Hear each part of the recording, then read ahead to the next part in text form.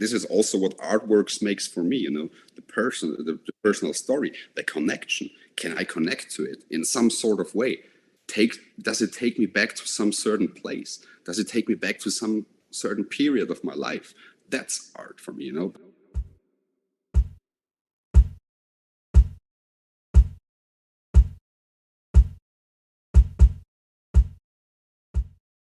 This week's episode is part 2 of my conversation with photographer Cursed by Morrow. If you haven't heard part 1 yet, please listen to last week's episode. And this part is a direct continuation of the conversation. Thank you very much. Visual consistency and moodiness are key themes in Marcel's work. His images open up discussions about our inner emotions and the way in which we all have positive and negative phases in our lives.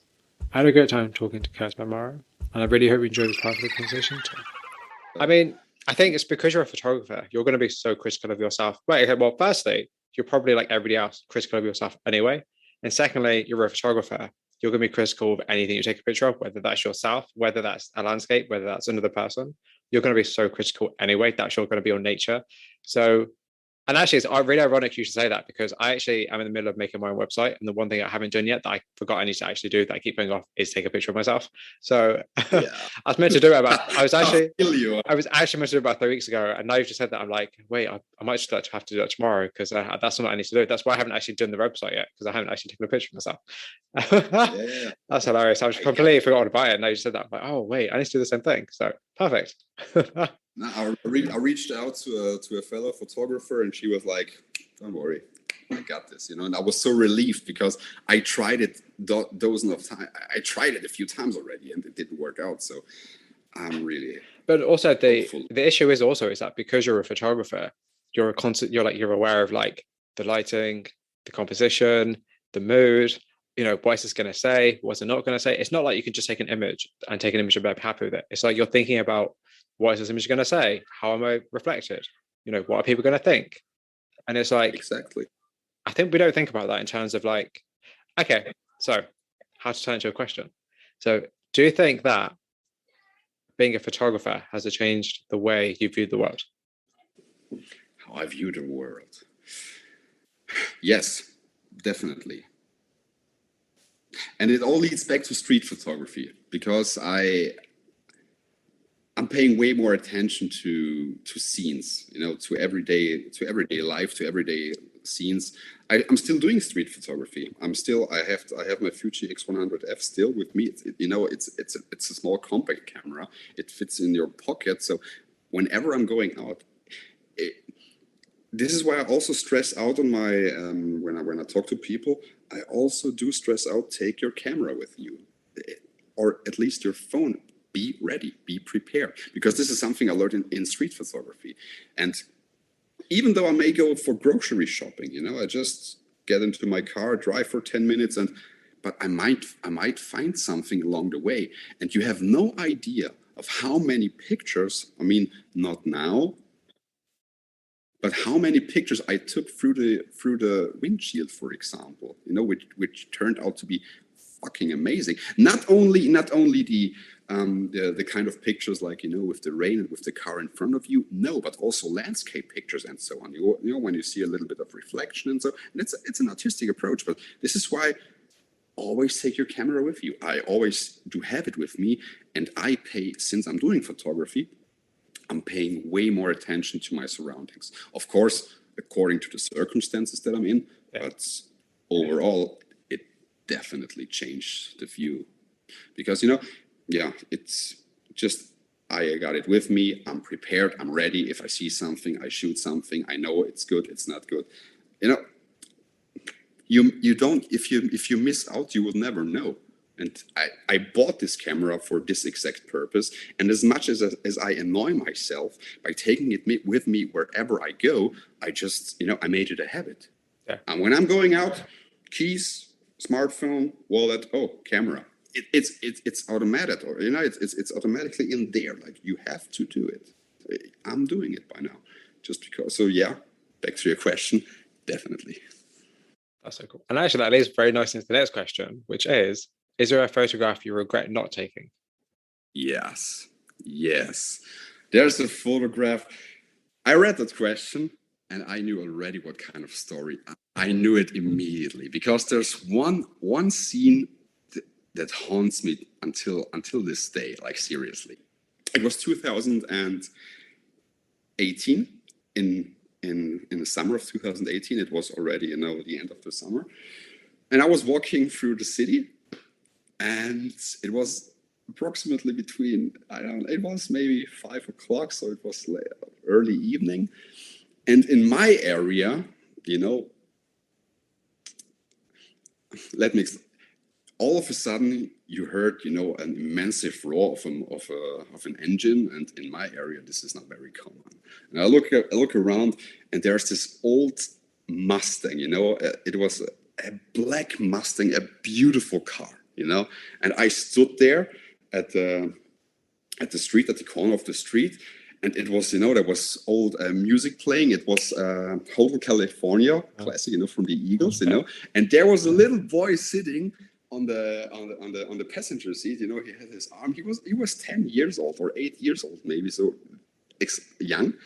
And he was sitting there, and just he had sunglasses that are way too big, and he was sitting there, and I was like, this is it. This is the perfect street photography scene that you can only find in America or somewhere else. Where you see it on pictures. This is it. And I didn't take it. I did not take the shot. I was standing there, and I was, I had my dials set up. I was exposing, and I was just standing there. I felt so uncomfortable, and I felt so, because this is my problem. Between the car, the boy, and me, there were only even maybe 2 meters. So there wasn't any distance between us, And in that moment, there were so many thoughts running through my head, like you're taking a picture of a child you don't know. The father, what may he think of you? What may other people may think of you? Here, where everyone knows everyone, like this is invading personal space. Like instead of just clicking the fucking shutter button, I had so many doubts in my head, and it was like, I was standing there like, should I do it? Can I do it? And I was petrified, like literally. And then they stand there for approximately 10 seconds at max, and then drove away, and I was like, fuck. And this was just a sign for me. It was just something that told me street photography is it's not for you. It's not meant for you. Like, you wish to do it, you wish to approach it, you wish to be in that sort of niche because everyone is doing it probably, but you're not that guy. So this was the picture that I missed, that I would probably never get back ever. So yeah. That's a really, really cool story. That's an incredibly cool story.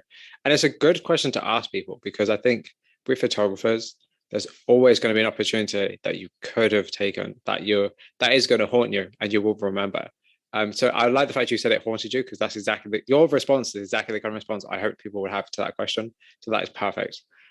Just because it's it's interesting to look at your work, but it's also interesting to think about what you didn't do, because that's also interesting. So, and actually, you said about America, and that's something that I added onto these notes when we started talking, and that's the idea of, like, because you're from Austria and you shoot around Austria, like, do you think that gives your work any advantages because it's not the same scenery we see, say, with a lot of American photography, for instance? Yes, definitely. And not because I'm thinking of it, but the data speaks for itself. If you take a look at my insights, I'm talking about the Instagram page, for example. If you take a look at my insights, the most followers, for example, or the most interactions I have with people from the United States, from South America, Mexico, Chile, Brazil. These are the countries that are the most interested in my work. Then comes, Moscow, Russia, then a few European countries, but London also there. But neither of these photographs. There's no Austria, there's no Vienna, there's nothing like here. But from the outside, a ton of traffic, because as you just said, probably because people aren't used to that or are overwhelmed with things that are already existing, maybe just to see something different in terms of landscape. Don't get me wrong, don't different in terms of photography or art, but just in terms of landscape. So yeah, I think it's beneficial to my work, for sure. Excuse me. But this is something that I figured out lately, 3-4 days ago, when I was really paying attention to my statistics, to my insights and everything. This is something that popped out immediately to me. So yes. Yeah, I kind of thought about when we were talking, and actually when you said you're from Austria, even though I already knew you're from Austria, I was just thinking, like, a lot of the photographers I speak to, or I've spoken to, or that I just speak to generally from day to day, are American. And I think that kind of means that, when you get to look into a certain kind of image and kind of certain kind of landscape, you get used to it. So it's kind of nice to see your work and it be actually quite different, just from a different perspective, just from a person who isn't from, say, America or from the UK. It's got a whole completely different perspective on life. And I think it's sometimes hard to forget. So sometimes easy to forget that, we're not all from the same place. We're not all seeing the world in the same way. And I think it's really nice to actually see your work and be like, oh, actually, this guy's from Austria. Like, how interesting is that? And like, what's he doing? And how is he approaching photography and taking, documenting the space he's around? So yeah, I think that's why I asked that question. I thought it was actually quite interesting. Yeah, especially here in the South, we barely have huge cities, not one single huge city at all, but a lot of, woodlands, a lot of mountains, and what Carinthia is really, famous for. So this is where this is my advantage now, where I can really shine, because I don't have to plan around where I can go, what I can do. Yeah. I have these environments here. I just have to check the weather report. If it aligns, boom, I have to go there. If I want to do a shooting in the woods, just pick one. It's not that hard. If I want to, and after you do it a certain time, which I had to learn the hard way as well, because people, they misunderstand something. They really do think here in Austria there's always fog. Here in Austria there's barely any fog. Like, there is, dude, no. Like, especially here in the South, And I had to figure these places out. And then people ask me, how do you put the fog in with Photoshop? I'm a Photoshop noob. The only thing I'm doing is getting up extremely early, locate these places, check the weather report at least six times in the evening before I go to the actual shoot, check it in the morning, if everything falls in line, because if it does not fall in line, then I have to, consider some other spot, for example. The other day I was out with a friend of mine, and I wanted to go to a lake so badly. I wanted to be like, we have to go there. It's great during the daytime. I want to be there in the morning. I want to be there in the sunrise, when the mist comes in, and I have the perfect location. We went there, nothing. Although it said heavily foggy, it was nothing. So we got into the car, and he was like, I know a place. That's the good thing about people here, because he was also like, hey, you know what? I know a place there. It's always fog there. And I'm like, okay. And I'm living more in the west, and he's more from the east, So we drove to the east, and he was like, yeah, no, there. We went there, and it was perfect. The perfect conditions, There was no sun. There was only heavy fog, and we drove 25 minutes approximately for it. So this is really something. This is my huge advantage here. But people do think it's just when you step on the outside. No, you really have to, you have to know your locations. You have to check the weather report. You have to plan in advance, like, to actually make it happen. It's not like it's always, if you talk to any Austrian girl or any Austrian dude here, and you approach them and you ask them straight off, tell me, how often do you have fog in your area, especially in the South? There may be 2 places that are always foggy, but the majority of Austria, where? Yes, in autumn, winter, but like now, it's really hard to chase down. This is why I'm always telling people: get up early, grab the morning mist. If it's cloudy, go up to the mountain, grab the low-hanging clouds. These two factors, because we have a lot of mountains here, and low-hanging clouds are the best kind of fog that you could possibly get. Because they're constant, they're thick, and so people really do mistake these weather conditions here to be an all-time foggy place. So other than fog, are there actually any other kind of weather conditions you like shooting in? Rain. I like to shoot in fog and in rain, and in a very overcast day. These are my shooting conditions. I cannot shoot for let's say for Cursed by Morrow now. Okay, if we were talking about street photography, I love to go out during noon, like when the sun is the harshest and the most brutal, because I like the contrast between light and shadow. Yeah, I'm not. So summer is for me really, it's mainly about street photography, which I'm just doing on my own, and really only to put into my portfolio, for example.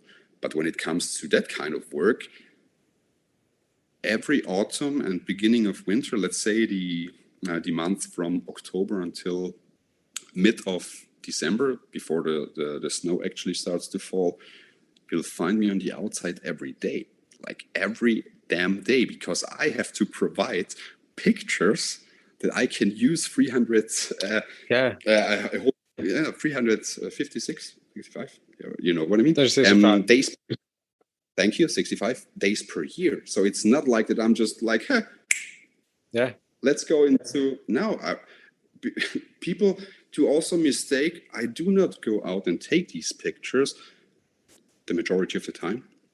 I have to go through my archives, and be like, oh shit, there was something. There was a cool scene I did 2019 maybe, or let it be 20. Okay, let's do it now. Let's re-edit it. These are my working conditions during summer, during bright, shiny summer days. That's how I for that label, let's say, let's call it like this. So, but besides that, fog, rain, overcast, and for street photography, heavy sun. That's the best time for me to shoot. that's so cool. And I think actually this idea of archive is actually quite an important discussion to have, because I think we always forget that we don't have to always create new work. And actually, it's actually really funny, because I've only very recently realized, after talking to a few photographer friends, that actually going to your archive is the best thing you could do. And it's going to inspire you to do more things in the future. But it's kind of like there's so many images you probably have that you didn't realize at the time were great, and then you look back on them now with a different eye. Yeah, exactly. This is why I was overworking my whole page, because just the cropping tool in Lightroom, this is such an essential tool for you as a photographer, because you, as you say, this is, for example, one. I don't take my pictures in a certain, or in a preferable ratio. I just, like, is it horizontal, is it vertical? It doesn't matter to me. But by cropping them, the crop tool is something that most photographers, or are really now photographers, because we cannot put it on artists as well, is really something that they do not use as wisely, in my opinion.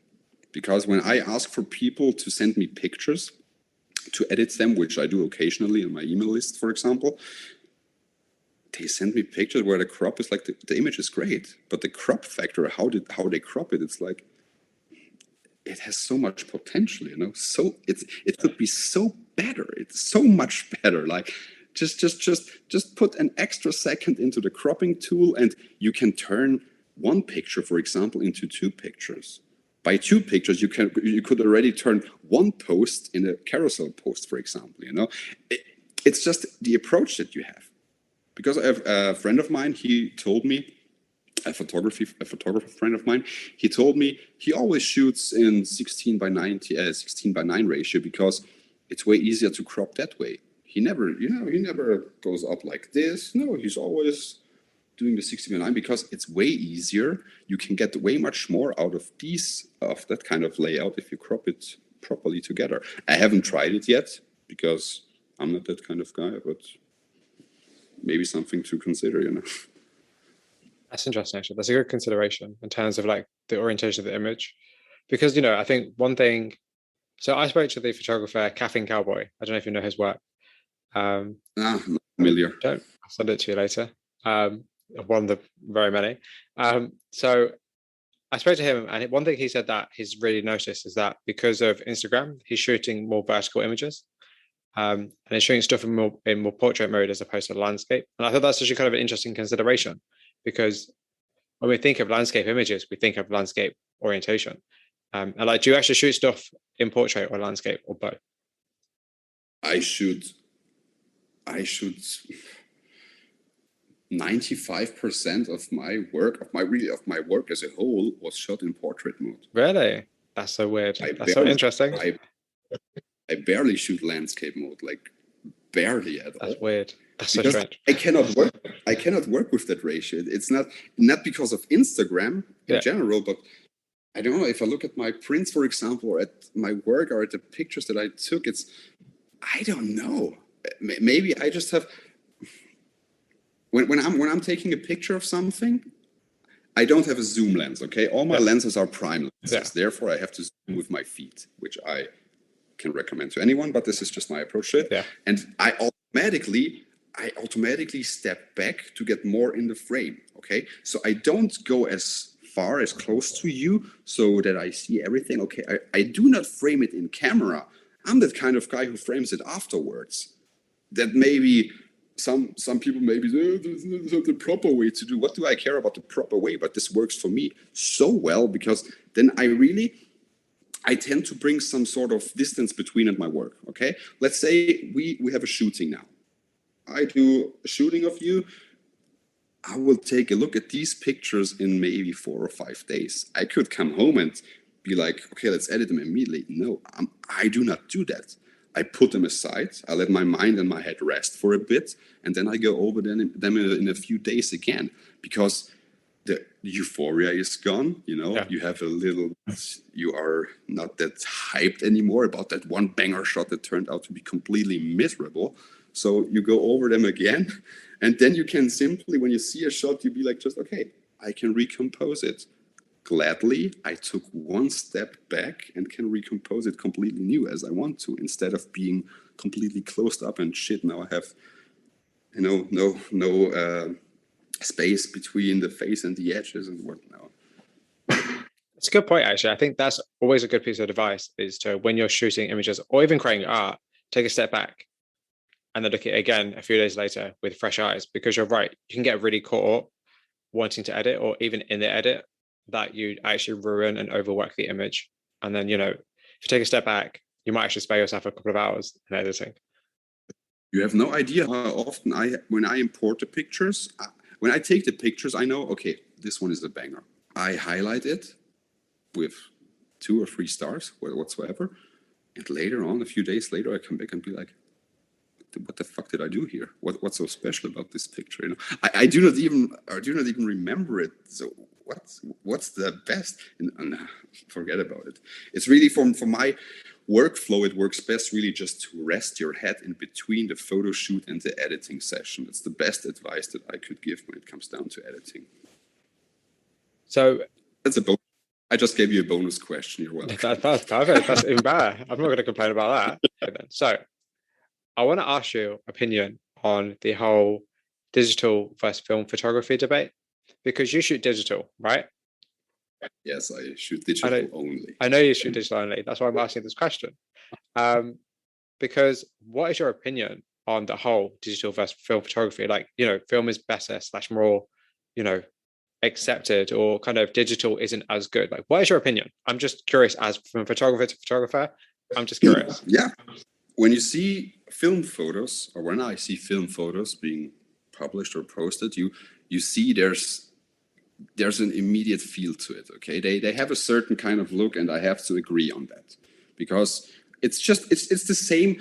when you see a picture that was taken with my Fujifilm, for example, and with the full frame Sony A6 blah blah blah, you know, you see there's a difference. You can tell there's a difference. As you can see, there's a difference when you edit a picture in Lightroom or really do the edit in Photoshop. You can see there's a difference. But does it matter? No way. Like, seriously, no way. I was never that kind of guy who was into gear and to the superiority of gear itself and film or whatsoever. And I think what's the problem is this whole digital versus film. This whole debate is so fucking toxic. Like, dare to take a picture on a digital camera and put some sort of grain or dust in post-process via Photoshop, you know? Don't you dare to make that photo film. Like, how the hell can you? And this is really something, I hate that question, to be honest. I hate the debate, to be honest. I hate the comparison between them, to be completely honest. Because I do that shit, you know? I take pictures and be like, fuck. Film burn would look great on this picture. What do? Everyone can hear it. I go into Photoshop.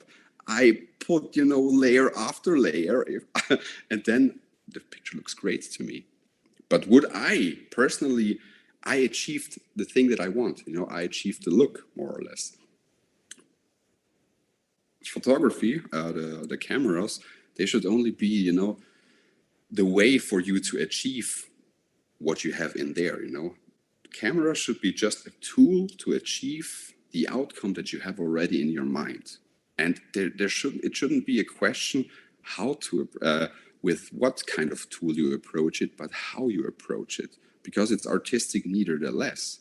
I admire pictures shot on film the same way I admire digital pictures, but I would never dare to ask, was it shot on film or not? Oh, that's not film. Oh gosh, you're a poser.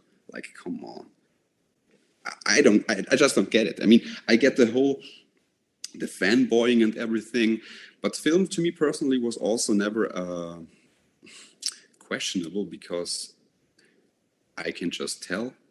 I heard rumors that it's extremely expensive and stuff, and the whole picture, and you know, no, don't get me wrong, but no, and I may piss a few people off with my opinion, but if I want to have grain on my pictures, if I want to have a film burn on my pictures, I can just put 3 to 5 sliders, you know, and it does the job for me personally. Yeah, I will not be that kind of guy who goes out and tells the world how this was shot on film or something like this. No, no way. I'm really open about my editing process and about, you know, everything according to that. So I will not sell it as something that it's obviously not. But just in order to create, you know, that picture that I had in my mind, like who the fuck are you to tell me how I am allowed to create the piece of art that I'm having on my mind constantly? I have no idea about film. I have absolutely zero idea about film. But just because I want to make a picture look like film, do I have to go out now and buy a film camera just to satisfy your needs and your opinion on the whole film industry? Like, no fucking way. No, I don't know. The fuck are you to tell me about it? So no, I really don't. This debate is, in my opinion, it's pointless. It's useless, because again, it does not involve me. I have to say as well, maybe if I was it's the same with, you know, Fujifilm or Canon or Nikon or Sony. Those are tools, people. Those are tools, because you can have the best damn camera. If you suck at it, what will you achieve with that? You will get a crispy picture of a shitty composition. Wow. Does that make you a great photographer? No ways. I came to photo shoots with my... You are familiar with the Fujifilm X100F, or? Yes. You know how small this camera is. Yeah. I attended photo shoots with that camera, and people were looking at me like, "That's all? You know, where's the whole equipment? Do you have some sort of lighting?" I'm like, "Nope. That's the camera. Here's my tiny tripod. You know, I don't need more." Yeah. And they were always like amazed or surprised by the outcome later on. But then again, because of editing, because those are two kind of things, if you ask me, and people should not mix them up. The photography itself, like in film, I have no really. I have no idea how much people actually put into it when they are developing film or something. I have no idea, like seriously. I just know what I have to do in order to achieve something that maybe look like film, but that's everything. I do not say it is film. I do not say that. Yeah. So no. I'm sorry if I pissed you off, maybe, because I don't know if you should film after all. No, I initially did, but no. You don't? Okay. No, actually, I very much agree with you, to be very honest. I think the whole debate isn't particularly necessary. I think as long as you're creating good work and the work is, what you want, that's really all that should matter at the end of the day. And not just that, like, we're all photographers. Surely that should be kind of like a bridge enough for us all to appreciate what we're doing. Yes. But my next question in relation to that is, like, do you think it's easy for people to distinguish what is shot on film and what is shot on digital? For me, no. I maybe someone who knows more about this topic, someone who studied it or was doing it himself or herself, maybe they have an eye for it. But I probably no. Because when I interviewed Jesse Tate, the only way I knew that he shot in digital was because I looked at his tags on Instagram and noticed that he didn't actually have any film photography tags. Okay. So I was like, okay, so he doesn't shoot film then, because obviously there's no film photography tags. That's, as far as I'm concerned, the only way you can really tell, unless obviously the photographer states what camera they used. And then if it is, it's mostly because it's a flex. But it's kind of like, okay, cool. I mean, don't get me wrong, like, I think film photography is great, and I think it'd be something I'd love to experiment with, maybe. But also, like, do I want to go and spend crazy amounts of money to go shoot film when I've already got an expensive enough camera that's collecting dust? No, I don't. Not for me. And not just that, I like Photoshop, although I don't actually have Photoshop anymore, but I like Photoshop. So, what can I do? Yeah. I get it. So I agree with you. It's like, it's useless to have that debate. But still, people are out there and just wanting to prove their point, and that's okay. I mean, you're a film photographer, of course. Defend your team, do whatever, but don't.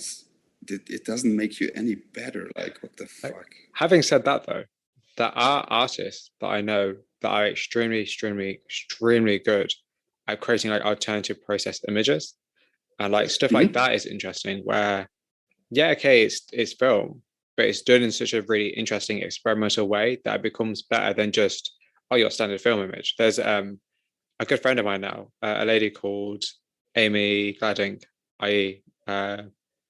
My Far Away on Instagram. I'll send you her work later. And her work is gorgeous because it's like really experimental, a lot of cyanotypes, a lot of digital analog processes. And it's a completely different to anything that I would ever do.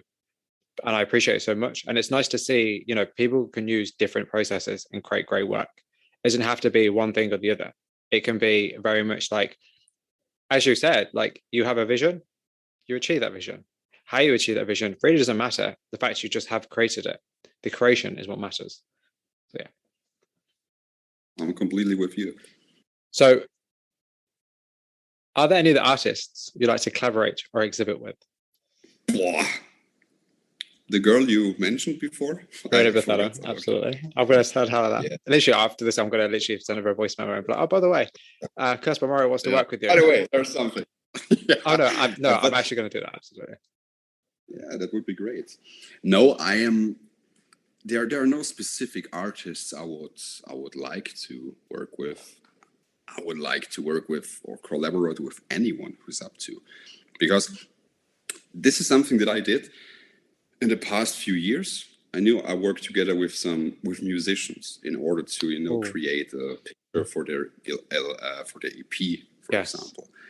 Right now, a few days ago, I got a work together for a magazine. It's an Austrian magazine where the dude, he asked me if he could use my pictures for a poem collaboration. So there was this young aspiring girl who's writing poets, and he just he combined it with my pictures, which look absolutely it looks amazing, the collaboration itself. And these are the kind of things I'm open to, any kind of collaboration. Like it. I also put out some pictures of mine, for example, and asked even Photoshop experts or 3D artists whatsoever if they could do something with it. I mean, that's a good idea. They did it. Yeah, that's it. Interesting. I was a little bit smaller back then, I have to admit, so I did not get that many responses. But it would be great, That's something that I want to do in the near future again, just to see how people, what they are doing, or how they see my vision, or how they see my work in their vision, something like this. Yeah, but again, I haven't worked together with a painter yet. That's what I can tell you. So no, there are no specific names. As I, everyone is very welcome, and I'm welcoming every kind of situation, because as you are someone who connects people, together in an artistic kind of way, I love to just put art together with different kind of people, no matter what the art is. If it's a picture going along with music, mwah. If it's a picture going along with poetry, great. I don't have any boundaries here, and I don't have any specific names in mind as well. No, not at all. That's very interesting. I know a few who I'm going to send your way that might be interested in collaborating. Because you said 3D, and one thing I actually really want to do this year, I don't know if I'm really going to do it this year, but I really want to learn how to 3D model stuff. I think it'd be really cool to learn. It'd be really good to learn. But there are a couple of 3D artists that I follow. Actually, wait, there's another one. Let me quickly write his name down. That I'm going to send you, because I think you might like their work. And there's one called With Dark Shades. His work is insanely good. But he also sometimes takes, like, not commissions, but he sometimes asks people for work to render. So yeah, that's such an interesting idea, actually. Especially in, like, say, for instance, like, I don't know how much you're involved in it, or because I don't know nothing about it. But even like in like the NFT space, where people are being like very heavy on digital art nowadays. Like, no. No, I'm not involved at all. I don't know, nor am I. I don't know anything about it. But even something like that would be good if you wanted to get into it and you collaborated with a digital artist. Something like that would be a great way into it as a photographer. That's really interesting, actually. I'm going to mention that to a few people I know who are interested in NFTs. Yeah, spread the word. Seriously. Okay. But this is something that people, they do not do it, that often. Everyone is just you could, if you just put two heads together, for example, you could create so much more. And I mean, people always talking about, I want to be famous and big on Instagram, then cooperate with different artists. Like, you have two fields to cover. You can create a piece of art together by not, online, for example. It's so damn easy, but I don't know, are they too proud? Are they too shy? I don't know the background story. Or do they fear the art is not good enough or whatsoever? But you do not know if you do not try. I went back there as well. I was just like, I have 4 pictures there. They're mainly background pictures. Can someone model something really insane with Photoshop or 3D into it? Is it possible? And 8 people reached out to me. 4 of them delivered, and it was amazing. I was like, great. Like, and it's so easy, actually, but people do not take the time to actually create something together because they're way too focused on themselves, probably. I don't know. I cannot speak. From my experience, talking to a lot of different people, I would agree. Like, I think we all are very focused on what we're doing and what our next kind of like move is in terms of our own careers. Yeah, we don't really necessarily think, okay, cool, how is having that collaboration going to help? Like, in the case of like influencers and wanting to collaborate with like big name brands, obviously they think of that. But it's like, why not as artists would you not think of wanting to collaborate, even with a brand, but even with other artists? And it doesn't have to even be about numbers. It's not like you have to collaborate with someone who's huge. It's like the impact you're going to have doesn't have to be viral.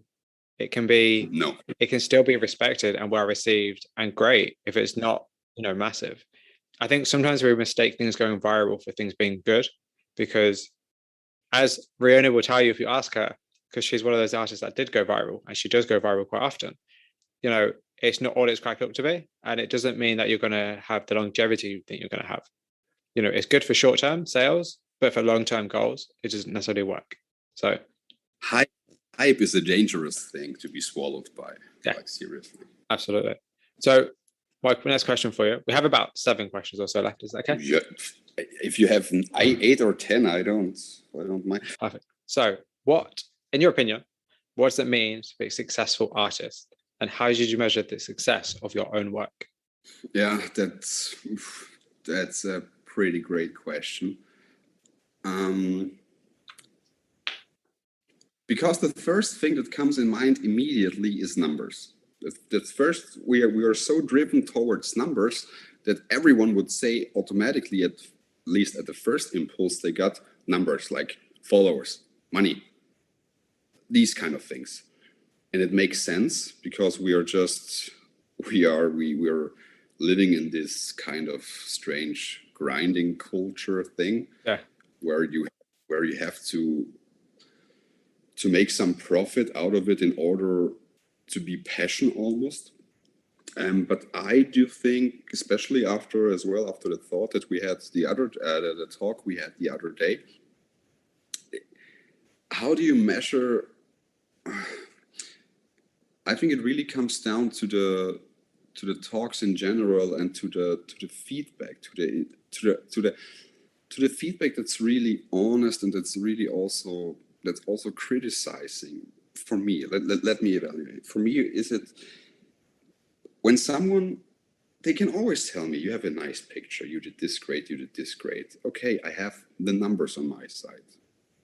Does it make me a great artist? Probably for some of them. For me personally, not, because these are just hollow numbers. These are numbers, they do not have any meaning. I did so many social media detoxes, for example, where I was hitting a plateau and I just locked myself off of social media for 1 month, 2 months, 3 months, without even telling anyone about it, And there were only a few people, I mean, I was smaller back then, but there were only a few people actually reaching out to me and asking me, hey, are you okay? Is everything fine? Will you be posting someday again? And this is where I figured out this is pure, that's value. This is pure fucking value right here. Because, as I said before, you can have your hype, you can go along the hype train and have your ups and downs, but at the end of the day, what's really left are these few honest people, the few honest conversations that will stick out to me personally. And what really measures my success as an artist is when someone reaches out to me in a very humble manner and just tells me something like, dude, I really do feel this picture. I see myself in that picture. This picture, your work, it speaks to me. Because then I know automatically, good, you're that kind of viewer that I wanted to drag into this. And I did my job right, because you saw that picture, it kept you hooked because of a certain situation. You kept looking forward, you kept scrolling through my feed, you reached out to me. So you did this because you could identify with what I'm doing. And just it may sound extremely plain, but this is just that's some sort of support from my side that I'm providing here, because even though you can identify yourself with my work or with my things, you're reaching out, I'll be gladly here to talk to you, to talk with you, to to discuss a few things. So whatever you're facing, whatever you're doing, whatever you're having, if you land on my page, and if you reach out to me, and if you tell me just by looking at my pictures, I feel that I'm just here to tell you, dude, you're not alone. Like, we've all been there. Whatever it is, you're not alone. And this is how I measure my success. And this is what I mentioned before. I'm very well aware of that these kind of emotions or connections may be very temporary only, for a certain time of period, for example. But yeah, when we're speaking of numbers and success, these kind of messages, they're way more valuable to me, because they just a proof that I'm doing something right, that I'm transmitting something right, that I was able to put something in the right sense so that others can see it as well. And I don't know, I have no idea. There are two kind of people. One scrolls past my pictures and goes, shit, what kind of emo shit is that? It's way too dark, it's way too gloomy, fuck that. And the other person may be like, damn, it nails it completely right now. The caption, the picture, fuck, it hit me on a completely different level. So you only have these two kind of people, according to my work, And the real success or the real approval is when they really reach out to you and be like, I felt that. I've been there. So. See, that's really, really, really cool, because one thing I'm talking to a lot of photographers about at the minute is the idea of audience, and the idea of the audience you think you want is not necessarily the audience you actually need. Like, you don't actually need thousands and thousands and thousands and thousands of people looking at your work. You just need, well, as I said ironically, as I said to Riona, this conversation I had with her the other day, you only need 1,000 people to spend £100 on your work, and that's £100,000. So it's finding the right people who are interested in your work and who actually get it. That's what you need to find. You don't need 1 million people who are just going to leave emojis and very, very shallow, oh, this is cool comments, because that's not going to help you in your progression as an artist. You want honest feedback. You want criticism. You want to understand what people think about your work or how it makes them feel. You're creating work to connect with people, to talk to people, to have conversations, not just to be told it's nice, in my opinion. Yeah, exactly. Yeah, but still, these kind of comments or feedbacks, they don't give any real value to you or to your work, to be honest, because they just let you, if they tell you every time, this is great, this is great, this is cool, this is great, dude, you're going to suffer under, some sort of God complex and think that you're the greatest motherfucker out there, because people, they just praising you and shit. And no, I really prefer to have, that kind of honest feedback talk. Yeah. Man, although I'm not doing these pictures in first place, to please someone. This is, but still, I mean, if you have to give me some sort of feedback, I was doing reels. Yeah, I'm doing a few reels right now, and there were comments. I mean, if you hit the note there once, you get a lot of traffic, and there were comments where people were like, I did some, before and after, how it's raw versus edit. Yeah. And people were like, I liked it before way more. And I was like, see, that's real feedback. That's like, okay, you didn't like it. I appreciate. I was like, thank you for your time. I really appreciate your comment. It may have come in a sarcastic way, but it was completely honest. Yeah. because I was like, finally someone who's telling me, like, you're scrolling through, you see that, and you're sticking to it, you're dragged into it, and you're like, I don't like it. Good. It's negative feedback. I mean, it's not hating in that sense, but it's just, and I don't know. I was just like, good that you don't like it. But maybe one day, you will remember that shit. You will be, oh fuck, I saw something there. So you are definitely not my kind of viewer, or the viewer that I want to drag into my work. Definitely not. Happy for you, for real. But then that makes me think about the kind of limits of social media, because as you just said, like through text, your emotions aren't really well established. You know, you type something saying, "Oh, I appreciate that," and people might be like, "Oh, well, he's being a bit of an idiot, being sarcastic," and you're not actually being sarcastic; you're being honest. yeah, And it's kind of it's hard to determine people's emotions and intentions from text sometimes. And also the idea of liking something, like the word like has become so bland, it doesn't even mean anything anymore.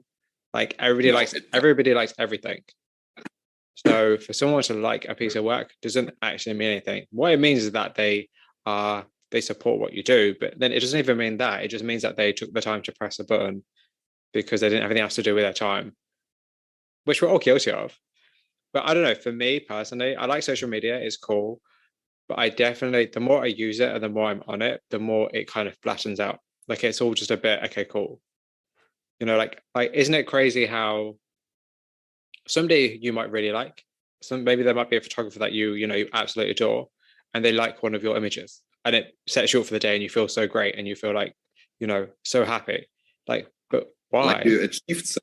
Like, but why? Because they're probably just mindlessly scrolling through Instagram the same way you are, liking 100 pictures, while standing in a queue waiting to get a pie or something. It Yeah, it's weird how that happens. We put people in like such different kind of unreachable statuses, and it's like, isn't social media meant to be sociable? Aren't you meant to just be able to email somebody and hopefully message somebody and hopefully somebody will message you back? It's weird how the infrastructure of social media works. Like for instance, I was very nervous about sending you a message, which probably sounds weird to you, but to me, I don't know. I was a bit like, I don't know. It just felt like, well, I don't know how I would take it because I don't know you personally. And I was like, you never know how people are going to take stuff. but why? What was the reason? Like, let's be real here. What intimidated you in the first place to feel like that? To be like, I'm not sure if I should do it. Because I didn't know you. That's okay. Because what I do is so the way I typically interview people, or the way I typically figure out who I want to interview, is normally I'd read their biographies. And it gives me insight to how much they talk about their work and what like their themes are, and like kind of like how much they kind of engage with what they're doing. Yeah. And then from there, I'll look at their work, and then I'll look at them and see if have they got any like reels about themselves? Do they have like their processing? Do they have all that kind of stuff? And obviously, you don't have a lot of that. And it's like, okay, cool. This guy might just think I'm being super annoying. He might. I don't know. It's hard to determine like how interested somebody is in doing something just by from them saying yeah, because you messaged me back saying I'm down for it, and I was like, that's awesome. But then I'm like, are you just saying that because that's social media? Yeah, I got it. I don't know. Like, I'm not a suspicious person, but I'm also very aware that just because you say something on social media doesn't mean you mean something on social media. They're two very different things. That's the problem, because your word isn't worth anything on social media these days. And not just that. People say they've got the time for things, but unless they're sitting here doing it, they don't actually have the time for it. Yes. So exactly, like me and my models. Yeah, okay, let's do it. Didn't show up. Well, didn't show up for the second time. Well, I'm familiar. Yeah, absolutely. Models are the worst. Well, they're not the worst, but it's just it's frustrating because it's like all you want to do is create great art. That's all you want to do. That's just your intention. That's it. Nothing else. And it's like frustrating because it's just like you've got ideas, you've got thoughts, and you don't sit around wasting time when you've got stuff you want to be getting on with. It's frustrating, that kind of stuff. Artists, models are a whole different breed there. Right. Okay. So, in your opinion, what makes a good piece of art? Something that you can immediately connect to, like something that has an impact on you. Doesn't matter in which sense. If it's just, I don't know, a tone or a melody, color, the background story, the composition. I think a good piece of it just does it leave an impact on you or not? If it does not, then to me personally, it's not a good piece of art because it didn't make me feel anything. I mean, preferably the pieces of art that stand out the most to me are the ones to make me feel uncomfortable, because they really force me into some state of, okay, this piece of art let's just say it's a picture. It was able to evoke something in me. So there was something. I felt discomfort. I feel some weird connection or whatever.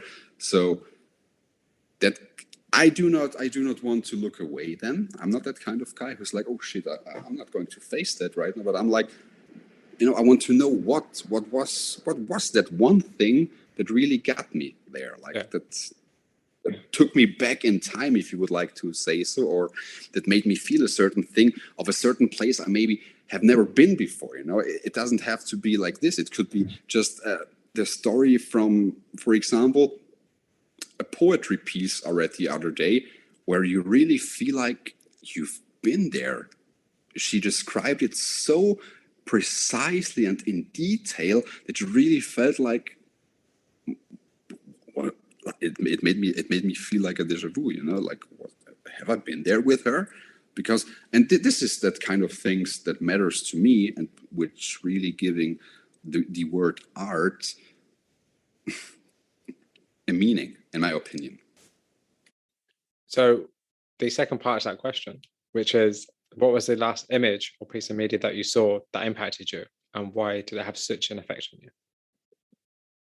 Yeah, as I told you, it was this little poetry piece I read a few days ago, and it was just it was about a woman in Vienna back then, in war times, and it was just from the perspective, in such a beautiful way, how she described it. Like, when the people were dragged away from her, and she compared it immediately, like the sound of the trucks arriving with the sound of the wind breezing through the grass, and she made sort of metaphors which were so far away from each other, but still they complemented each other so well. I will look it up. I will find it and I will send it to you. Please do. Because I have to see if there's an English translation for it, because in German she wrote it in this very old German language, it was just amazing to read. Like, Wow. It's been years, decades away, but you just read it and you really felt like, damn, I mean, I haven't been there. I haven't lived in that kind of time, but impacted me, yes. So one thing I like to do with every interview is ask a question from the last artist for the next artist. So I have a question from you from Jesse Tate, who's the last person I interviewed. It might not go in this order. I don't know if I'm going to put somebody else in between you guys. I might not. I'm not sure yet. But I use his question because he was the last person I spoke to. I know Jesse. We talked a few times, and he's an amazing night photographer. But I didn't know that he was, as you said before, the film and digital debate. I wasn't paying attention to this after all. Yes. So his question for you is, what was the best piece of advice that you still remember? And is it the advice that you give to other people? In terms of photography or in terms of lifestyle? Well, go for both if you like. In terms of photography, I would say the best advice that I can give to anyone, to any aspiring photographer, is, as I mentioned already, get some distance between you and your work. Get some distance between the shooting day and the actual editing day. It will help you calm your head down. It will help you put the euphoria away, and you will have a way more neutral look on the whole situation, on the whole picture. So that's definitely something, the best advice that I got it personally as well from someone, but I cannot remember who told me that. It was some YouTuber probably. I heard it somewhere along the way, but I really cannot remember who told me that, but it was probably in a YouTube video. And And for lifestyle advice, what's the best advice that I could give? This is pretty hard to translate in German now, from German into English now, because my grandfather, he always used to say, it's a German saying, strenge Kasse, gute Freunde, which means basically split the bill in order to keep your friends close. It's just a metaphor for, money destroy friendships. Yeah. But it's totally broken down into pieces because the translation is very harsh, but it makes absolutely more sense. And yeah, I mean, that's advice there, to be fair. Yeah, that's the best thing that I remember right now. So do you have a question for the next person I interview? Yes, I do. I have a question for the next one. And since it's all about emotions and feelings today in our little interview here, I just want to ask straight off to the next person, whoever may it be, a musician, may it be a painter, a photographer, it does not matter. Do you think that you've put enough of yourself into your work? If so, if you can say without any hesitation, yes, then what's the piece of work that you would consider as such? Or that one piece of work where you really say, this is me? Really like that question a lot.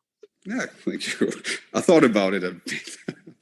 So the question is, do you think that you put enough of yourself into your work? And I guess I'd say, what would be the best example of this? Exactly, yeah. Sounds a lot nicer.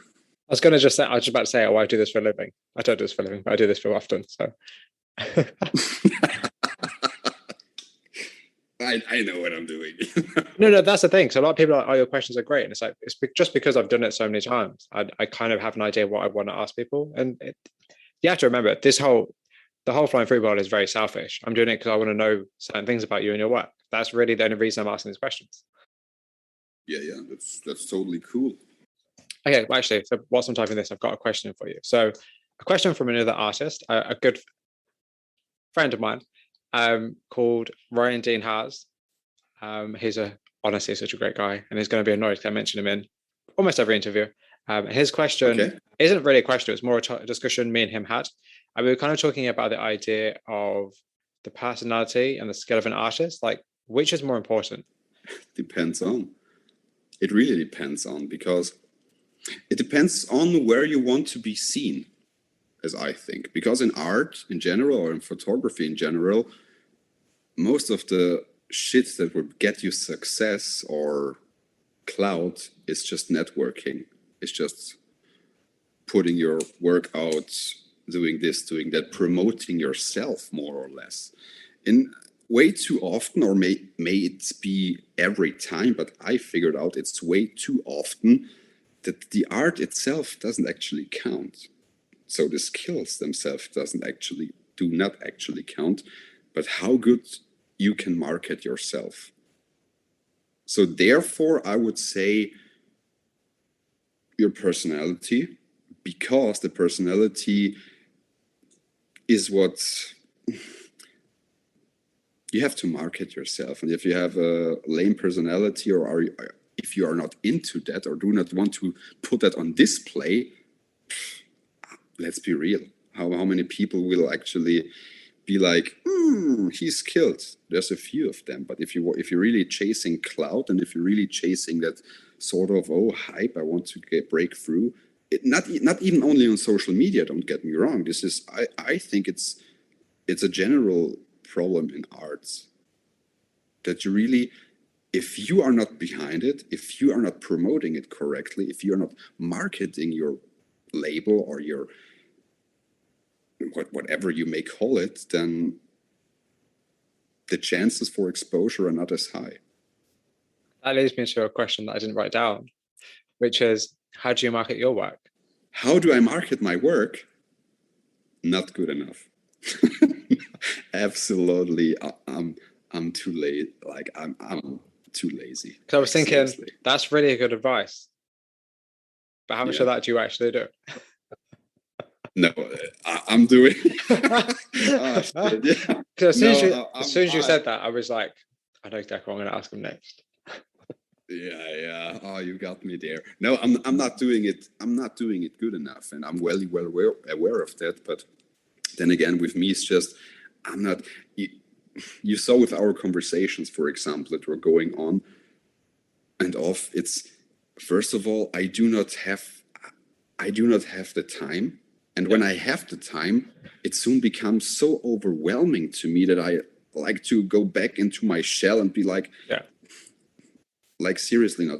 I'm trying to promote it better, to put myself out even more, and I am aware of my skills. I am aware if I would just do it a bit more properly, I could gain way more exposure, but I'm just not that kind of guy, who puts himself out there and wants to be seen. I'm trying to. It's the same. You said a few hours ago, you told me that you're trying to do something uncomfortable, every day, and it's important to do that. And this is the same for me as well. It's uncomfortable for me to have these sort of talks when it comes to promoting my work. And as soon as I'm there, I'm coming home from work, I'm sitting there, and I'm like, you know what? Today, I'm going to post a few stories, maybe a selfie. I have the will, or promote this. But then as soon as I'm onto it, I'm like, nah, mate, don't do it. It's really, it's a continuous battle with myself, to be completely honest to you. And I wish, even though you just said it was a good advice, I wish that I would follow my own advice way better than I actually do, to be completely down. So what do you think would make it easier for you to market your work? Oh shit! That's a good question. Caught me off guard once again. What would make it easier? A different job. Definitely, like more routine in my day. That would be definitely, like, really. That's my answer. So my next question is, there's only about 3 or 4 more left anyway, so we will leave soon. You'll get back to your actual life, I do promise. So what would your younger self think about your work? Why the fuck did you start so damn late? That's probably, like, as I told you before, if I wouldn't have, it's some sort of coping mechanism. I could have way easier periods in life if I just discovered this thing for myself earlier. But would you still be creating the work you create now had you created it earlier? I doubt it. I completely doubt it, because again, back then my reflecting was not as good as it nowadays. Let's call it like this, or I didn't have that huge reflecting back on life thing going on. So I guess it would be different for sure. I cannot tell you if it would be for the better or for the worse. I cannot tell at this moment. Maybe it would just be like an outlet or something, just like taking pictures, animal photography. What do I know? I have no idea. But I can really say that it would be definitely something different, because certain things had to happen in order to create these images, in order to create these stories. And these things, like, if you would have prevented just 1 or 2 of them, the outcome would have been a complete different product. Yeah, that's so true. That's so true. And I think that's the interesting thing that you said, oh, you would have started earlier. But to be honest, it's good that you didn't, because now you're doing what you do now and you're happy and you're, at a point in your life where things are going well. Things might not have turned out that way. I think the thing is that we always have like a tendency to want to change the past without actually reflecting how much that the past is actually what makes you who you are today. Mm-hmm. I think maybe just a random piece of advice that nobody asked for, as always, is maybe if we just kind of appreciate the person we've become and the person we are and the person we want to be, rather than focusing so much on the past, we might feel a bit better about ourselves. Because I think there are plenty of things on everybody's past that we can always get caught up on. And we can always like worry over and stress over and feel sad over and feel angry over. But then today, it's not helpful to us unless you're going to channel that through your work in some way. It's not going to be productive for you to continue on forward with those kind of that emotional baggage. So, yeah, I agree. It would have been great for you to start earlier, but it doesn't, and that's perfect because now you're where you're at now, and your work is incredible. So it's good. Thank you. Yeah, I do agree. I feel like that's what a lot of people say, or a lot of people are like when I ask them that question, they're like, I don't know. Or they're like, oh, my younger self would know why I'm doing this. And it's like, that's because your younger self is not you now. And, you Exactly. haven't had those experiences that you, as you said, needed to have. But I don't know. It's just an interesting question that I added into the mix at some point because somebody, I can't remember. I don't even know where I get these questions from. I just randomly, so my job is pretty boring for the most part. Yeah. So I literally just think about things when I'm at work, which sounds weird, but like, that makes no sense. I'm going to close back. It makes it sound so stupid. But so like when I don't know how to explain this, but it's like when I'm just doing stuff, I think of like a topic and I'm like, oh, I should write a question about that. Or I'll look at something and I'll be like, oh, I wonder what other artists think about that. And I'm like, cool, let me ask them. How about that? That's cool. It's like I'm having a conversation with a really cool photographer at the minute. And I typed up, and he sent me like loads of voice memos. So I typed up some notes for him because I sent him a load of voice memos. He typed up some notes for me.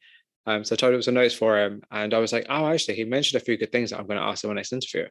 And I reference them. And this is exactly what makes your questions so damn tricky because they're completely individual. Yes. Like, and this is something you can really see when you sent me that sheet. I saw like, damn, he put work and thoughts into it. It's not a standard A/B procedure. It's not, who is your inspiration? Because that's the one question I don't ask people. Because if we want to know that, I can probably go to your Instagram and find it.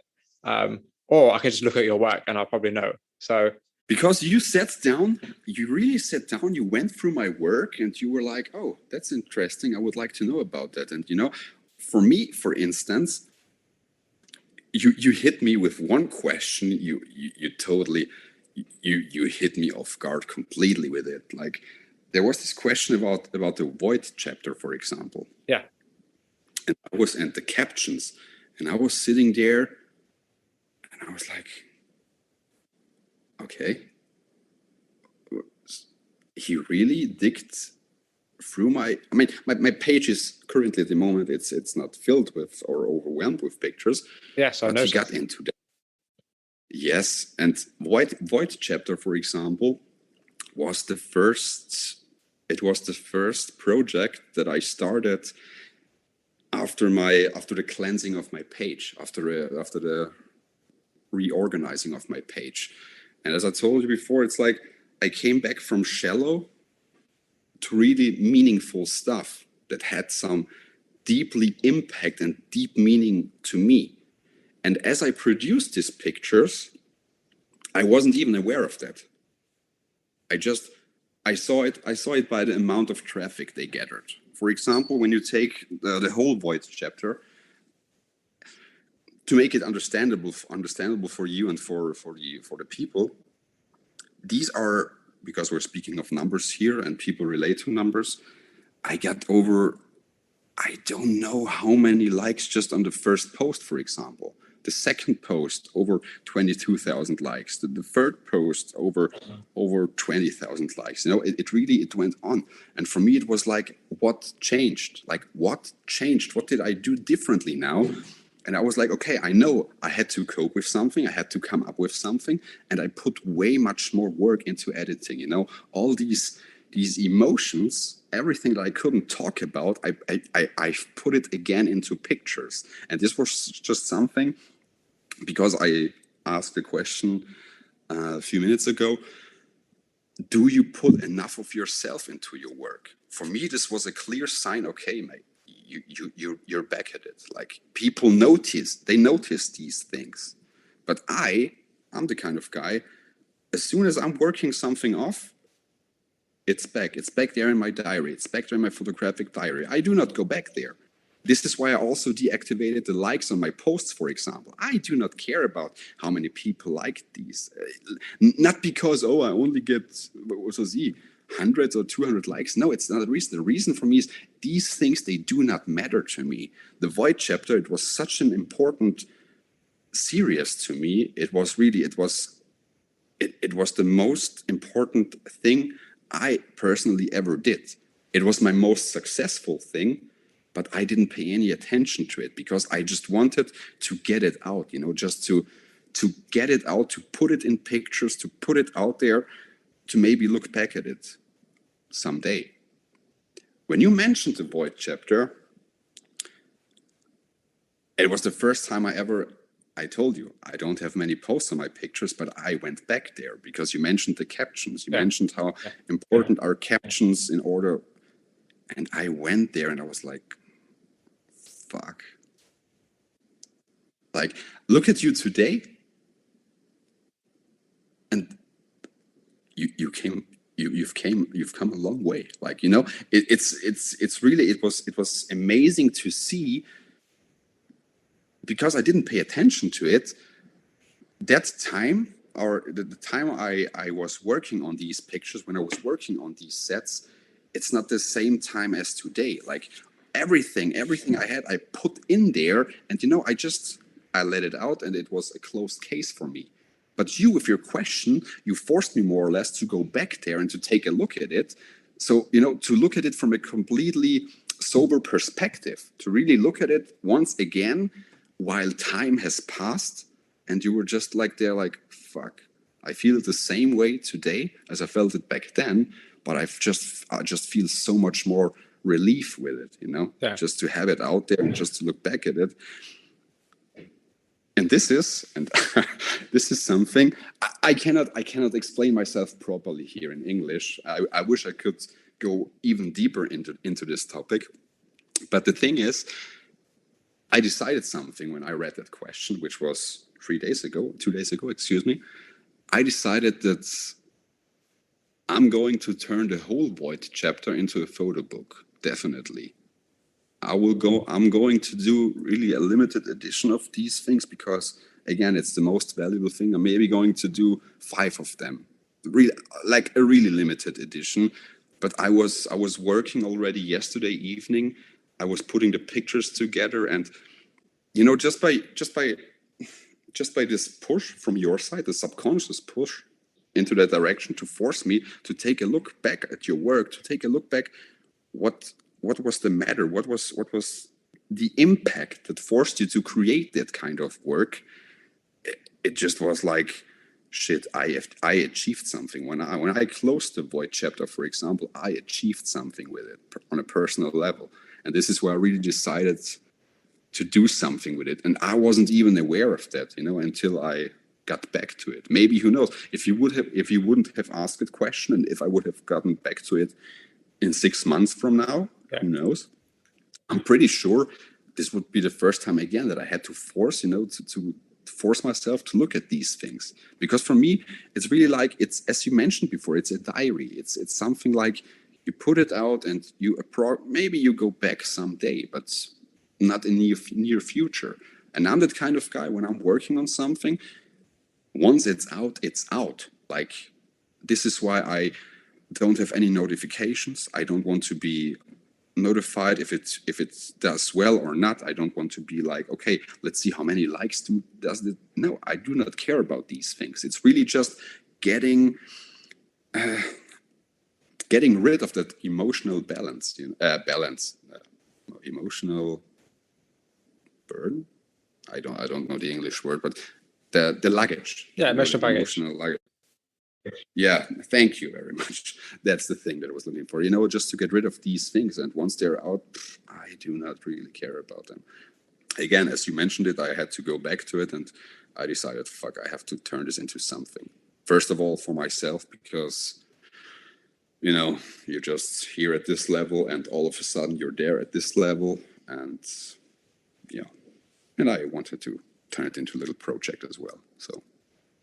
Yeah, because actually the reason I wrote it down is because, as far as I know, and I might be wrong, but that's the only kind of series you have on your Instagram.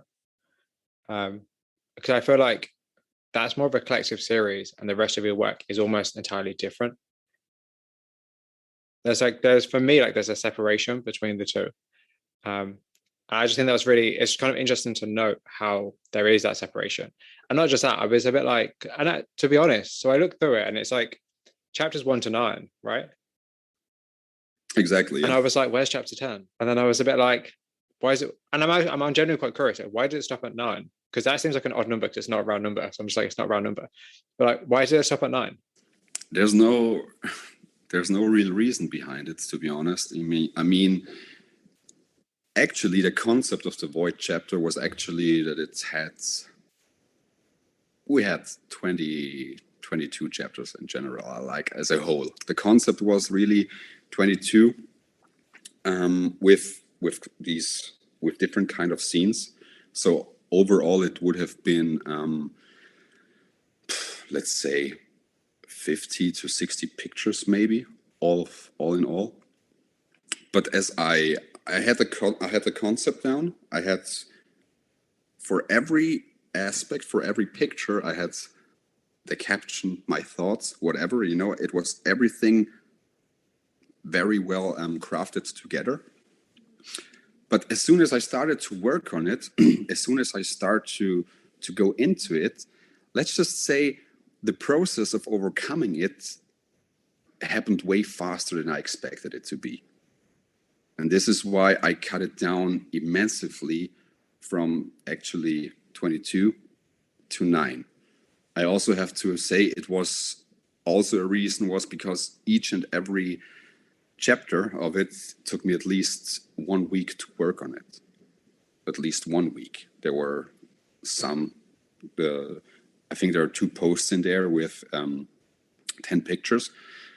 A carousel post with 10 pictures, and they took me at least 2 weeks to work on them, which was definitely the 3rd one, and I think it was the 6th one. I cannot remember properly, but the thing is, you have to see it like this. If you're in a process like that, if you have to work or sort something out, a lot of things can happen within 2 weeks, just from the mindset, from that perspective. And while I was working on these things, I just felt like after the 9th one, I just felt like the chapter can be closed. Like you don't need a big boom, you don't need a big final, something like this. Just it's okay. Close it. So that's the actual reason why it may seem like that it's ended before number 10, but again, there were way more I thought of doing. Yeah, it just struck me. Firstly, it struck me as an odd number. And secondly, it just kind of seemed like, okay, cool. It just seemed like for me, there was more you could have expanded on it. Or at least that, like, I would have assumed there was more you would have done with it. So knowing that there is actually more, if that makes sense. And actually, that's kind of nice. So it's like the hindsight and being able to have an idea and to do something and then reevaluate it later on down the line, and not just being like, oh, I want to do this, so I did this. Yeah. But also, why did you call them chapters? Why I call them chapters?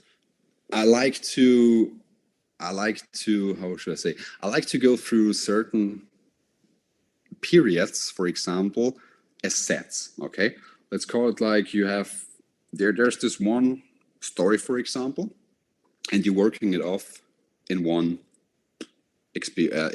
set. Okay, if we really talk about the set of pictures right now here, and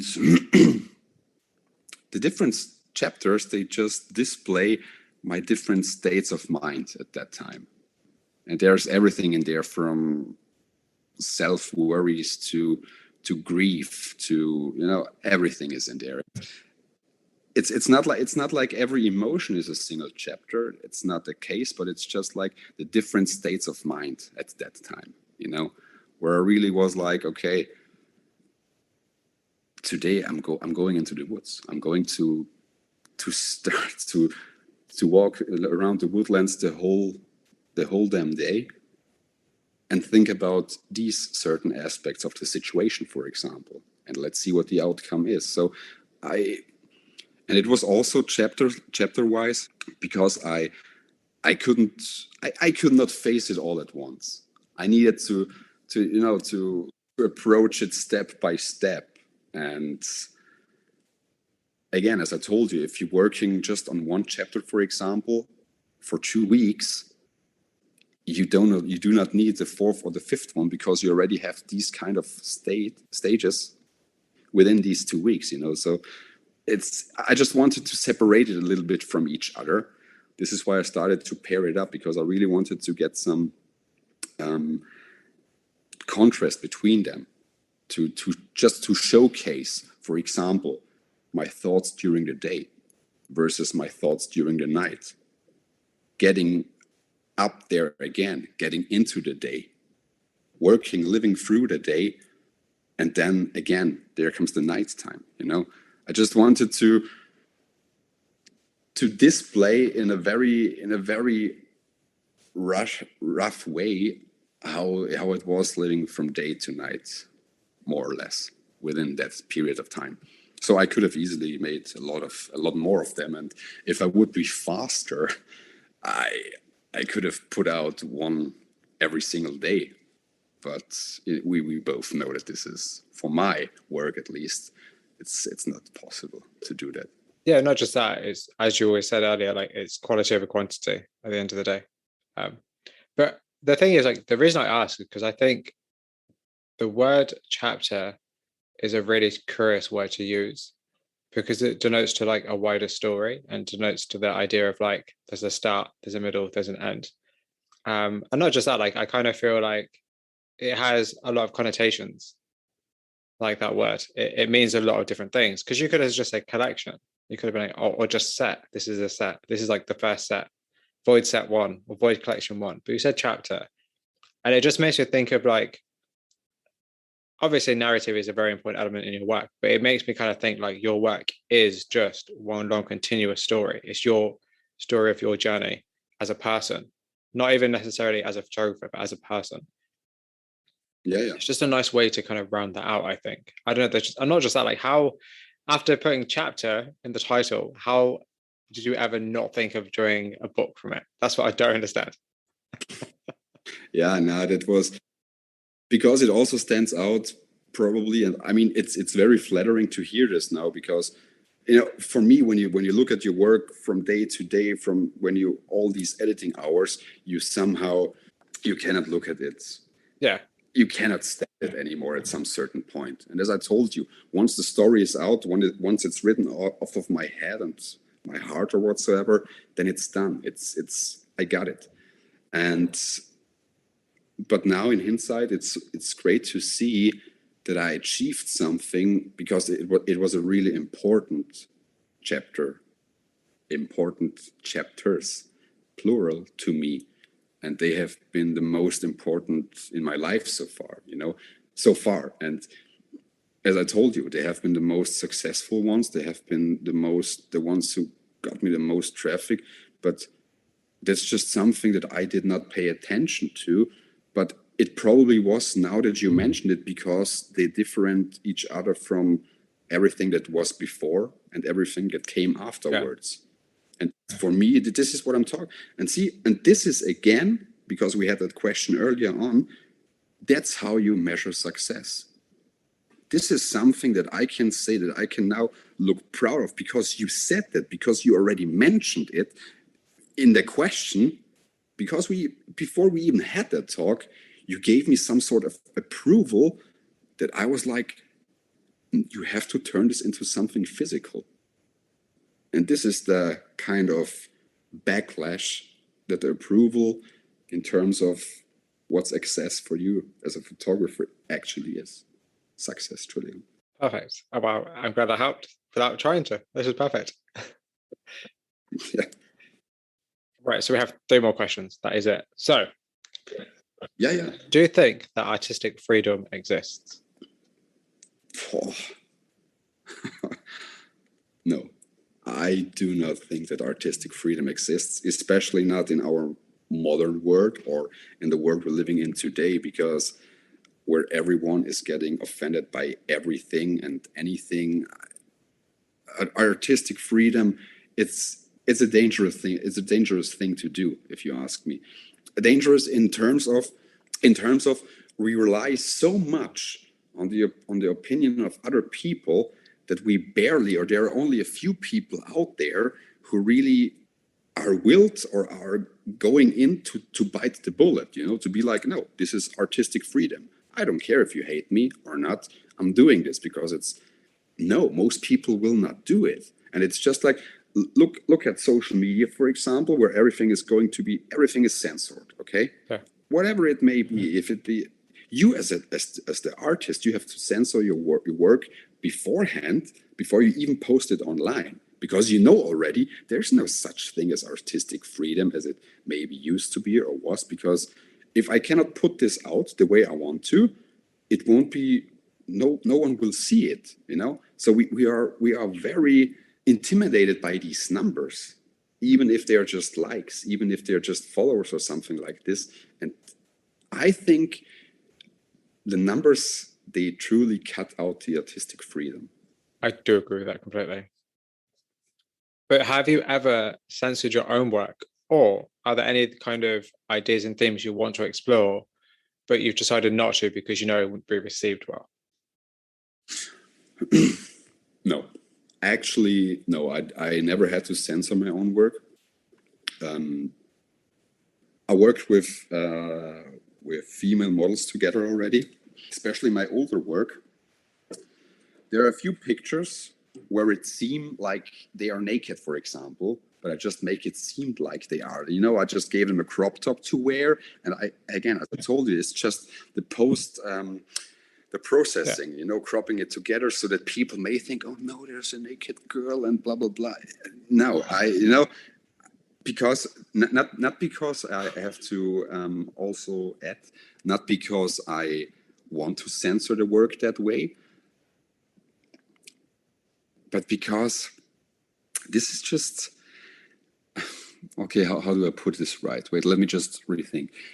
It's not important for my work to show skin, for example. You know, it's not important at all, because in these portraits, I can send them to you later on. They were, again, from my prior feed.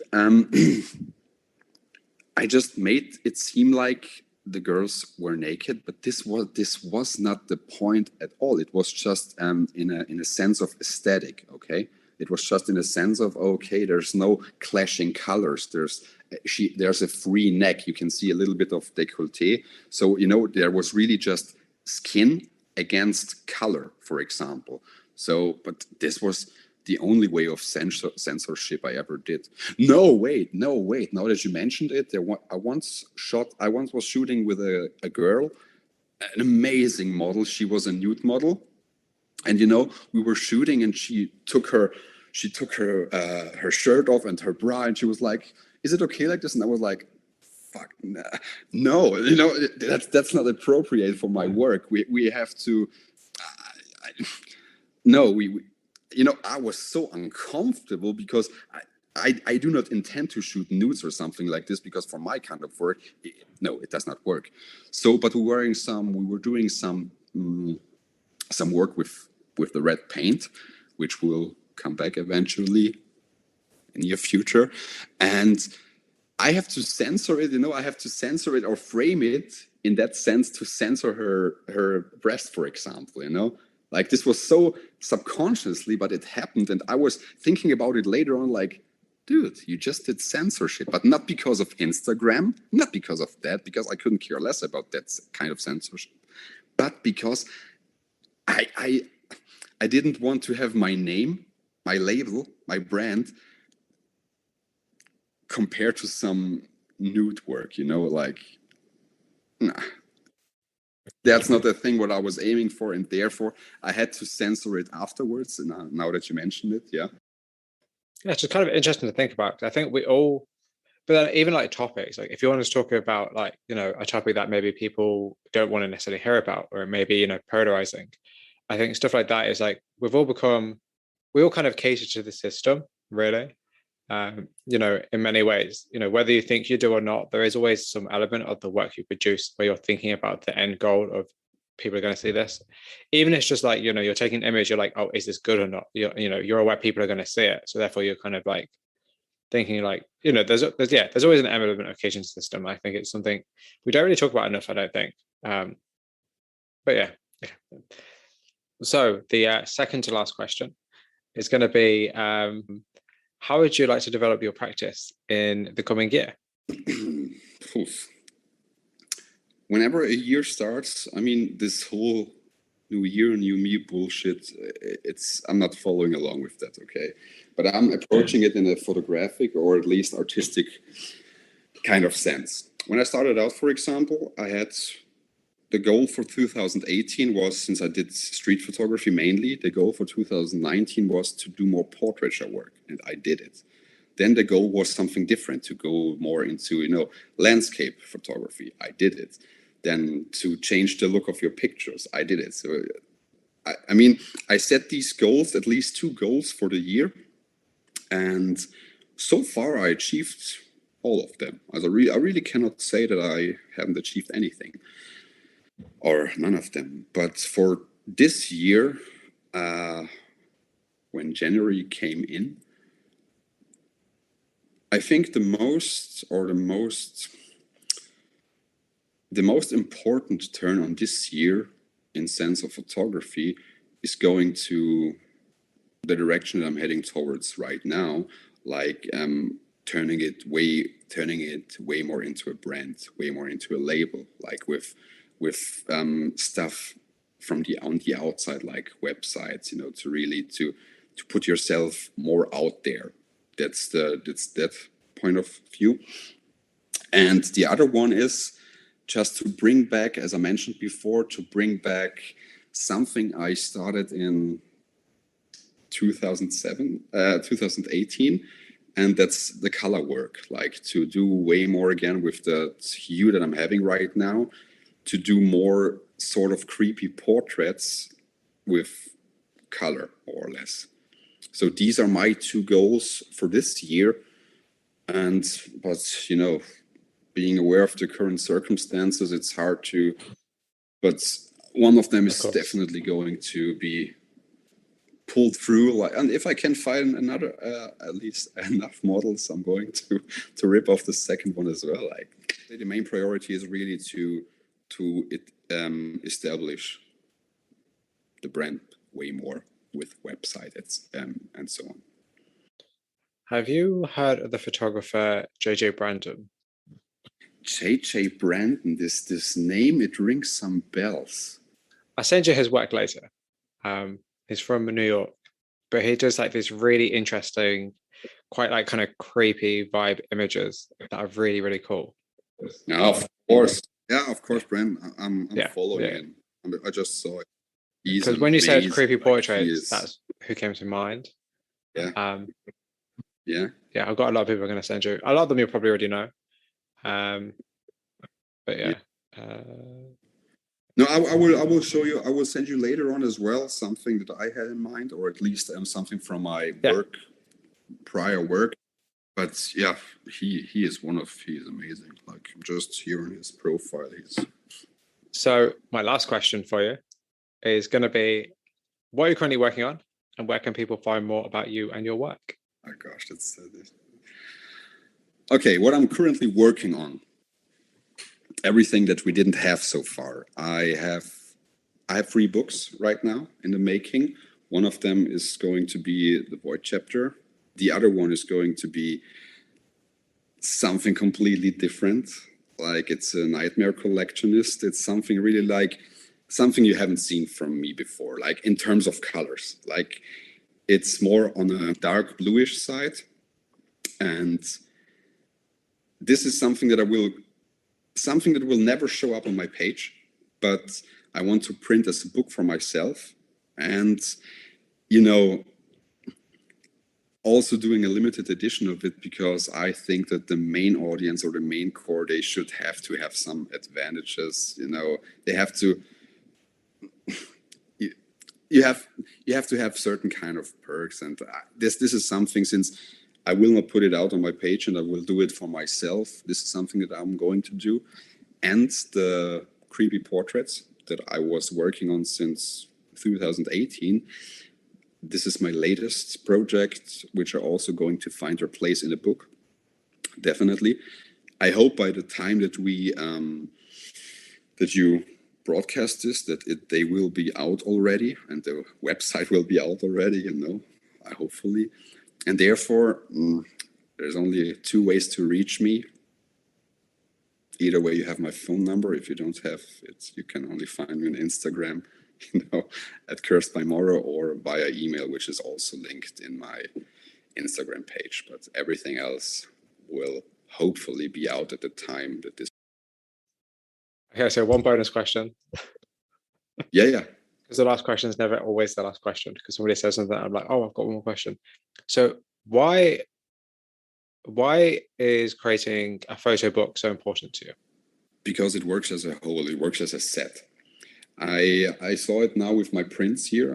When I got the prints and I was getting ready to ship them, I just saw how amazing it is to have it just all together, to have the whole. I love to work in sets and series. Like, even though, as you mentioned it so well before, even though my work is somehow like consistent chapters, it just makes total sense when you put them all together and see them as one. To me, again, because I'm the creator of these, I'm the storyteller here. So to me, it really makes sense from the beginning to the end. And when I had these pictures here in my work, it was just it just looked amazing. And since I cannot imagine, and no one would ever be down to do this, I think. But instead of having a room full of these pictures, okay, in order to get the whole story, I figured out it's way easier to have it all together, compact in some book, in some form of a book. Because then my Instagram page is basically my pictures. They're basically just pages throughout my life. And with this book, you have the pages, the physical pages, like right in front of you, and you're just going through them. But again, this is something that I came across a few days ago as well, and I really was working on it and putting them together. And the great thing is, or the easy thing on my work, for example, is really, it already has its chronological order. You don't have to curate that much, or to swift here and there. You can put it just as I published them, and it makes sense, to me at least. It makes sense from the beginning to the end, and therefore I decided the book is the only logic thing to do. That's super cool. I only asked because every photographer I know wants to create a book, and the one thing I've learned is creating photo books are not cheap. No, not cheap by any means, no. Oh, and actually quite randomly, where are you creating your books from? This is something that I don't know yet, because I have two companies that I'm looking forward to. I wanted to do it, with prints and everything. I wanted to do it all on my own, but circumstances, yeah. It's not pay off in my case. So I'm looking at two companies. I'm waiting for one company just to give me some samples back. The other one is here already. So I'm just going to wait these two, and then I will decide. The reason I asked, and I keep saying this to every photographer that I should really stop saying this to, but one of my goals in the next 3 years is to create a photo book of photography. So all the people I know, I can create like a really cool like photo book, like a little annual of like all these photographers, and have like maybe like, I don't know what else is going to be in there. There's going to be like interviews or whatever, but it'd be nice to have a collection of all the people I speak to in like a volume, because I know everybody wants their work printed in a book. So why not create the book myself? That's an amazing idea. I don't know, but I need to figure out the cost of it, because, it's something I would happily do. I think it'd be great to do, but it's just actually doing it is a different matter. No, that's amazing. I totally support that idea, because it's great to see, as well as your achievements in your kind of field, and just the people you gather together. It's amazing. And especially the different kind of niches and the different kind of art. You were here talking to, because just when you see this, for example, when you have them all gathered together there in this book, then you actually will understand how many different approaches and opinions on different of course. fields you will make it visual, and I think it's an amazing idea.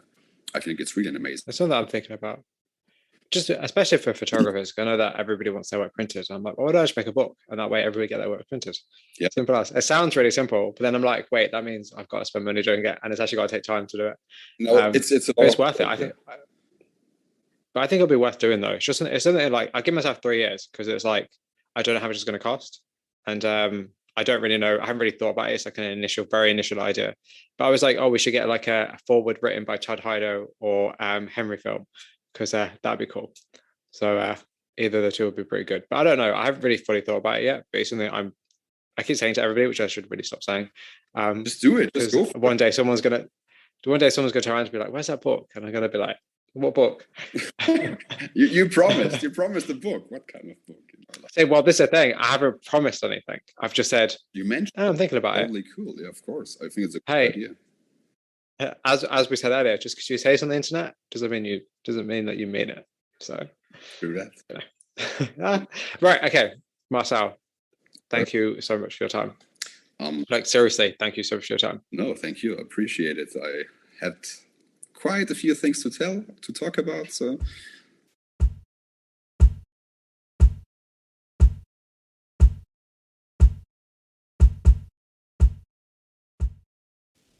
That concludes the second and final part of my conversation with Cursed by Morrow. Thank you very much for listening. If you have any questions or comments about it, please send me an email at theflyingfruitbowl@gmail.com or via social media sites such as Instagram and Twitter. The Flying Fruit Bowl podcast is now available on several platforms such as Spotify, YouTube, and Apple Music. If you like the show, please consider rating, reviewing, sharing, or subscribing on any of those platforms to help spread the word. Also, please check out theflyingfruitbowl.co.uk for daily art inspiration and written interviews. And if you're a creative, please get in touch for a chance to be featured or interviewed. We now also have a Patreon page if you're interested in supporting the platform further. Tiers start from £1, and more information can be found over at patreon.com/theflyingfruitbowl. As well as Patreon, we also have a PayPal for one-time donations, the link to which can be found in the show notes. Once again, thank you very much for listening to this episode today, and until next time folks, please stay safe.